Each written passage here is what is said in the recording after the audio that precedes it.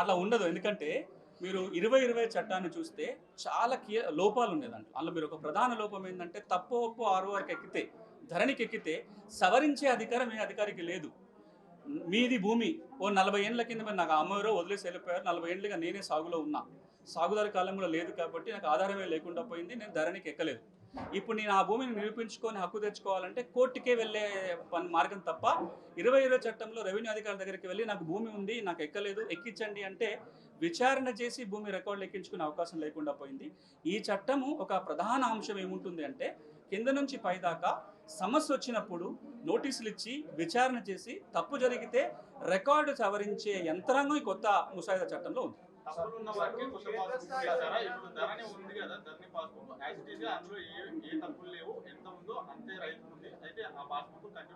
Continue అవుతాయి. ఇప్పుడు ఈ చట్టంలో కూడా మీరు ముసాయిదా చూసుంటే పాత ధరణిలో ఉన్న రికార్డు ముందు కొనసాగుతుంది. ఇప్పుడున్న పాస్ పుస్తకాలన్నీ కొనసాగుతాయి. తప్పులుంటే సవరిస్తారు. ఈ రికార్డు అంతా ఎప్పుడు మారుతుందంటే తెలంగాణ ప్రభుత్వం భూముల రీసర్వేకి పోయినప్పుడు మాత్రమే కొత్త రికార్డు వస్తుంది తప్ప ఇవి కొనసాగుతూ అందులో తప్పులు సవరించడానికి ఈ చట్టంలో మార్గం.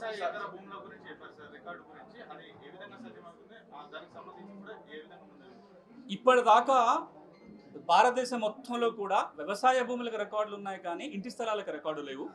4 ఏళ్ల క్రితమే కేంద్ర ప్రభుత్వం ఒక పథకాన్ని తీసుకొచ్చింది స్వామిత్వ పేరుతో, survey of village abadis and mapping with improve technology పేరుతోటి 7 లక్షలుగా పైచిలుకున్న గ్రామాలలో ఆబాదీలని సర్వే ఆఫ్ ఇండియా ఆ రాష్ట్ర ప్రభుత్వం యొక్క రెవెన్యూ శాఖ సహకారంతో డ్రోన్లు సర్వే చేసి కొత్త రికార్డు తయారు చేసి వాళ్ళకి హక్కుపత్రాలు ఇవ్వాలి అని.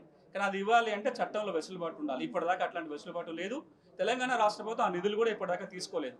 ఇప్పుడు ఈ ముసాయిదా చట్టం ఈ ముసాయిదా బిల్లు కనుక చట్టమైతే ఇందులో ఆబాదీ భూములకు ప్రత్యేకంగా రికార్డు తయారు చేయడానికి వెసులుబాటు ఉంది. చట్టంలో వెసులుబాటు ఉంది. కేంద్రం నుంచి నిధులు అడగొచ్చు. తెలంగాణలో ఉన్న 15,000 పైచిలుకు గ్రామాలలో ఉన్న ఆబాదీ భూములకు రికార్డు తయారవుతుంది కాబట్టి వాళ్ళ భూములకు హక్కులు ఉన్నాయనే ఒక రికార్డు వస్తుంది. వాళ్ళు అమ్మాలనుకున్నా, కుదపెట్టుకోవాలనుకున్నా, ఇంకేం చేయాలనుకున్నా వ్యవసాయ భూములకు ఎట్లయితే రైతు చేతిలో పాస్బుక్ పేరుతో ఒక ఆధారం తయారైందో ఇంటి స్థలాలకు కూడా అలాంటి ఆధారం తయారవుతుంది. నేను ఇంత ముందు ఒక మాట చెప్పాను, ఇంత మాట్లాడుతూ కూడా అన్ని సమస్యలకి పరిష్కారము ఈ ఆర్ఓఆర్లను చూడొద్దు. మీరు ప్రస్తావించిన పహానీలో సాగుదారి కాలం అనేది ఆర్ఓఆర్ చట్ట పరిధిలో కాదు. అదేం జరగాలి? పహానీ నిర్వహణ అనేది 1992లో వచ్చిన జీవో ప్రకారం విలేజ్ రికార్డుల నిర్వహణ జరుగుతుంది. అందులో మనం దాన్ని ఏం చేయాలో చూడాలి. కానీ ఈ చట్టంలో ఏం చేశామంటే 2020 చట్టము విలేజ్ రికార్డులకి ఆర్ఓఆర్ రికార్డుకి సంబంధం లేకుండా తీసేసింది. ఆ లింకు లేదు. కానీ ఈ ముసాయిదా చట్టంలో ఒక ప్రత్యేకమైన సెక్షన్ ఉంటుంది.